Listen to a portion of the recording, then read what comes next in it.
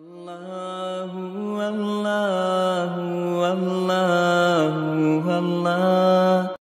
عبداللہ بن عباس رضی اللہ تعالیٰ عنہ بیان کرتے ہیں، ایک دن جبرائیل علیہ السلام نبی صلی اللہ علیہ وسلم کے پاس بیٹھے تھے کہ زور کی آواز سنی۔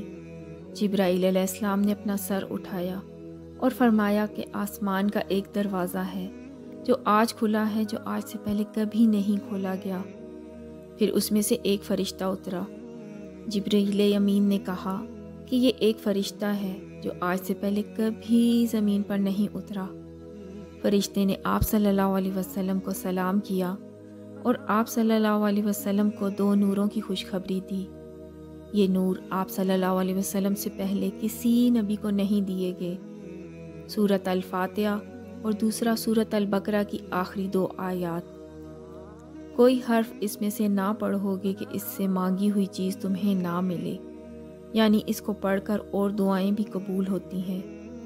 اللہ تعالیٰ نے مختلف چیزوں کو مختلف چیزوں پر فضیلت دی، جیسے رات ساری برابر نہیں، رات کا آخری حصہ فضیلت میں باقی ساری رات پر بھاری ہے۔ اس حصے میں اللہ تعالیٰ آسمان دنیا پر نزول فرماتے ہیں اور فرماتے ہیں، ہے کوئی مانگنے والا کہ میں اس کو عنایت کروں۔ اسی طرح دن کے بارے میں نبی صلی اللہ علیہ وسلم نے فرمایا کہ دن کے اول حصے میں اللہ تعالیٰ نے برکت رکھی۔ اسی طرح ہفتے کے دنوں میں جمعے کے دن کو، مہینوں میں رمضان کے مہینے کو اور جگہوں کے اعتبار سے اللہ تعالیٰ نے مکہ کو چن لیا۔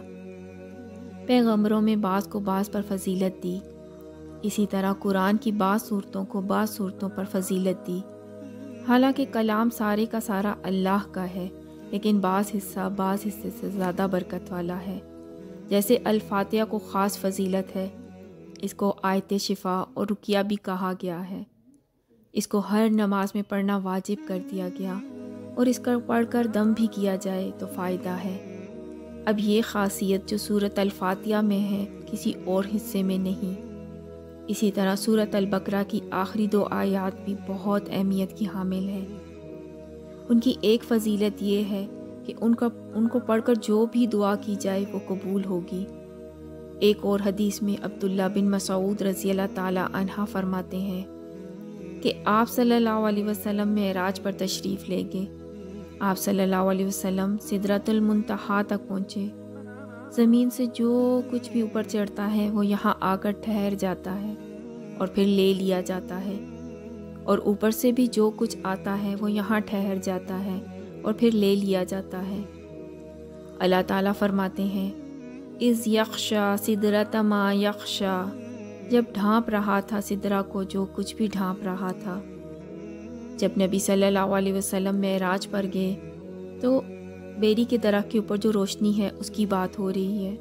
عبداللہ نے کہا سونے کے پتنگے تھے جو چھا رہے تھے۔ پھر نبی صلی اللہ علیہ وسلم کو 3 چیزیں دی گئیں، 5 نمازیں، سورۃ البقرہ کی آخری آیات، اور آپ صلی اللہ علیہ وسلم کی امت میں سے اس شخص کے تمام تباہ کن اعمال اور گناہوں کو معاف کر دیا گیا جو اللہ پر ایمان لائے، یعنی اس کے ساتھ شرک نہ کرے۔ جس گھر میں 3 دن یہ آیات پڑھی جائیں اس گھر کے قریب شیطان نہیں آتا۔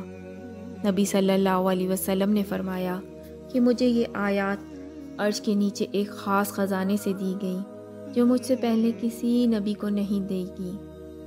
ایک اور حدیث میں ہے کہ جو شخص رات کو اسے پڑھ لیتا ہے تو وہ اسے ہر چیز سے کافی ہو جاتی ہے۔